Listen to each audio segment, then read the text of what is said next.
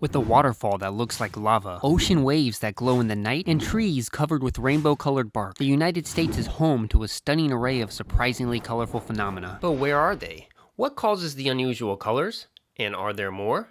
Let's investigate. Welcome to the state of Hawaii, also known as the Rainbow State, a nickname earned due to the abundance of rainbows found on the island. But there are many more things that make Hawaii colorful. For starters, if you've seen my video about beaches, then you know Hawaii has a few beaches with uniquely colored sand. There's a green sand beach, a red sand beach, and a black sand beach. But today, we're talking about another colorful aspect of the island: trees. These are the Eucalyptus Deglupta, commonly referred to as the Rainbow Eucalyptus. Although not native to Hawaii, these trees have thrived in the island's environment, thanks to the consistent sunshine, ample rainfall, and temperatures that never dip below freezing. But what causes the tree's unique coloring? This colorful appearance is due to its unique bark shedding process. Periodically, the tree sheds strips of its outer bark, exposing a vibrant green inner layer. Over time, this exposed bark undergoes a gradual color transformation, transitioning from blue to purple, then orange, and finally maroon. The distinctive paintbrush effect results from different sections of bark shedding at various times. The colors are most pronounced after periods of heavy rainfall, but since the tree sheds its bark year-round, you can witness the colorful phenomenon during any season. Now, beaches and trees aren't the only colorful phenomenon in the Rainbow State. There's also the incredibly rare rainbow, known as a moonbow. A normal rainbow occurs when sunlight shines through water droplets in the air, creating a colorful arc in the sky. But you don't necessarily need sunlight. If similar conditions exist and the moon is bright enough, a moonbow will appear. However, since the moon is not as bright as the sun, moonbows are incredibly rare. In fact, you're more likely to see a double rainbow than you are to see a moonbow. Also known as lunar rainbows, they are still uncommon in Hawaii, but the conditions on the island present an above average chance of seeing one. In the contiguous United States, Cumberland Falls in Kentucky is well known for regularly experiencing moonbows. Usually 2 to 3 days before and after a full moon, a moonbow can often be seen around the falls. Similarly, in Yosemite National Park, moonbows can be observed at Yosemite Falls during certain months of the year. In my opinion, though, there's another rare occurrence inside Yosemite that is much more exciting: the Firefall. This natural spectacle occurs in mid to late February. In this phenomenon, the setting sun illuminates Horsetail Fall, creating a cascade of light against the granite cliffs of El Capitan. As the sun's rays hit the waterfall at just the right angle, it gives the illusion of molten lava pouring down the cliffside. And if you were expecting a firefall that involved actual fire, don't worry, Yosemite used to have one of those too. For almost 100 years, the employees of Glacier Point Hotel created a literal firefall. They would push burning hot embers over the edge of Glacier Point, creating the appearance of a glowing waterfall of fire sliding down the cliff. However, the popularity of the event was damaging to the landscape, and it was canceled in 1968. Now the only firefall that exists is the natural light show that occurs every February. Speaking of light shows, what would this video be if I didn't include the world's most famous colorful phenomena, the Northern